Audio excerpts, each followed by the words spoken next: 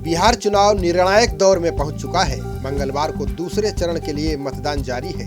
आज कई प्रदेशों में उपचुनावों को लेकर भी मतदान हो रहा है। आज दूसरे चरण में 17 जिलों की 94 सीटों पर प्रत्याशियों के भाग्य का फैसला होगा।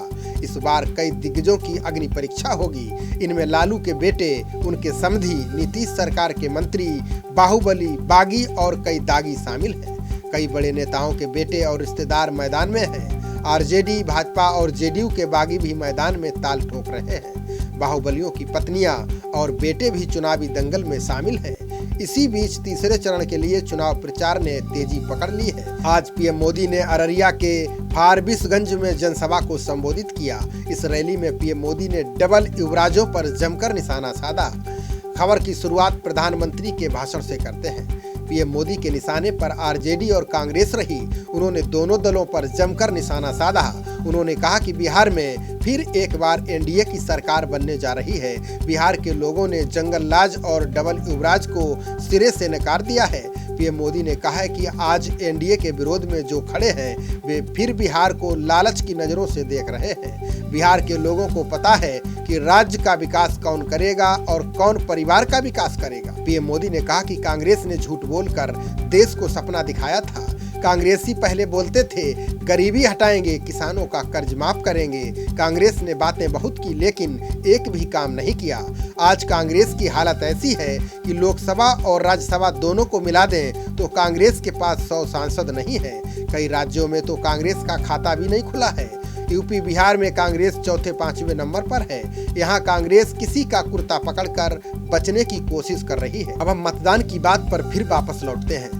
दूसरे चरण में सबसे दिलचस्प बात यह है कि इस चरण में बागियों ने सभी दलों को परेशान कर रखा है। कई दिग्गज पार्टी के आदेश को धता बताते हुए मैदान में हैं। इनमें भाजपा से मनोज कुमार सिंह, कामेश्वर सिंह मुन्ना, प्रदीप ठाकुर इस चरण में ताल ठोक रहे हैं। जेडीयू से रवि ज्योति, रामचंद्र सदा, ललन भुइयां भी बगावत कर चुनावी ताल ठोक रहे हैं। दूसरे चरण के रण में कई बाहुबली मैदान में हैं।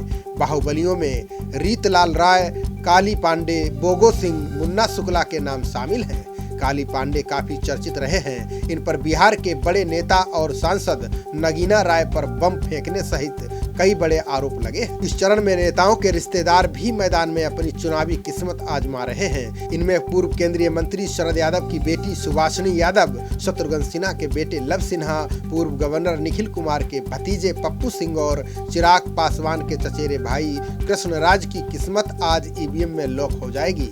लालू प्रसाद के दोनों बेटे तेजस्वी और तेज प्रताप यादव, समधी चंद्रिका राय, पूर्व सांसद ओम प्रकाश यादव, पूर्व मंत्री नीतीश मिश्रा भी इसी चरण में किस्मत आजमा रहे हैं। नीतीश सरकार के 4 मंत्रियों की भी चुनावी परीक्षा इसी चरण में है। दूसरे चरण में ही स्वघोषित मुख्यमंत्री पद की उम्मीदवार पुष्पम प्रिया चौधरी भी मैदान में है। उपचुनावों की बात करें तो सबसे दिलचस्प चुनाव मध्य प्रदेश में हो रहा है। यहाँ विधानसभा की 28 सीटों के लिए उपचुनाव जारी है। इस चुनाव में 355 उम्मीदवार मैदान में हैं। कोरोना महामारी के रोकथाम के दिशा निर्देशों के साथ मतदान सुबह 7 बजे से शाम 6 बजे तक होगा। मतदाता धीरे धीरे मतदान केंद्रों की तरफ बढ़ रहे हैं।